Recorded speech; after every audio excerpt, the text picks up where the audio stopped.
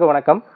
இது கிரிக்கெட் பற்றி இல்லை, வாழ்க்கையில் வாய்ப்புக்காக இயங்குகிற ஒருத்தருக்கும் வந்த வாய்ப்பை எப்படி பயன்படுத்தணும்னு யோசிக்கிற ஒரு நபருக்கும் இந்த video. India women world cup win பண்ணிட்டாங்க.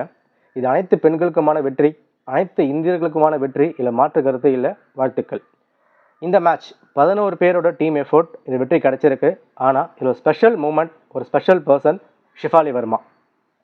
நம்ம லைஃப்பில் ஒரு விஷயம் நமக்கு வேணும் யோசிக்கிற அந்த ஆரம்ப புள்ளியில் இருந்து அதை அடையிற வரைக்கும் அதுக்கான தீராத உழைப்பும் விடாமுயற்சியும் உயர்ந்த எண்ணங்களும் இருக்கும்போது இந்த இயற்கையும் இந்த பிரபஞ்சமும் ஏதோ ஒரு வழியில் நமக்கு அது நிறைவேற்றி கொடுக்கும். Shafali Verma world cup original ஸ்குவாடில் இல்லை, ஒரு இன்ஜுரி ரீப்ளேஸ்மெண்ட்டில் உள்ளே வராங்க. டேரெக்டாக செமிஃபைனல்ஸ், ஆனால் பெர்ஃபார்மன்ஸ் பண்ண முடியல.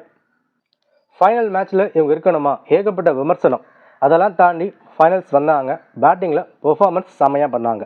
ஒரு கட்டத்தில் மேட்ச் சவுத் ஆஃப்ரிக்கா பக்கம் போகும்போது அதை இழுத்து பிடிச்சி பவுலிங்கில் இந்தியா பக்கம் மேட்சை மாற்றினாங்க. இன்றைக்கி வரலாற்றில் இடம் பிடிச்சிருக்காங்க. இங்கே நம்ம தெரிஞ்சுக்க வேண்டியது பிளேயரோட நேம் இல்லை வேர்ல்டு கப் கிரிக்கெட் ஸ்போர்ட் அதெல்லாம் தாண்டி இங்கே அவங்களோட எண்ணம், அவங்களோட உழைப்புக்கு இந்த வாய்ப்பு தேடி வந்திருக்கு. அந்த வாய்ப்பை அவங்க சரியாக பயன்படுத்தினாங்க. இன்றைக்கி வரலாறில் இடம் பிடிச்சிருக்காங்க. நம்ம வாழ்க்கையும் அதே மாதிரி தான்.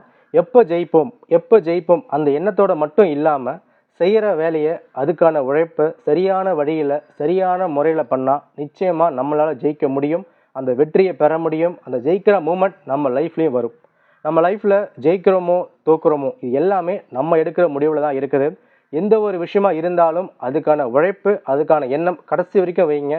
எக்ஸாம் ப்ரிப்பேர் பண்ணுறீங்க, பாஸ் ஆகிடுமா கிளியர் ஆகிடுமான்ற ஒரு எண்ணத்தோடு ப்ரிப்பேர் பண்ணாமல் அந்த ப்ரிப்பேர் பண்ணும் போது சரியான மூமெண்ட்டில் சரியான வழியில் சரியான சோர்ஸ் ப்ரிப்பேர் பண்ணால் நிச்சயமாக அந்த உழைப்பு வீண் ஆகாது. நிச்சயமாக ஜெயிக்க முடியும்.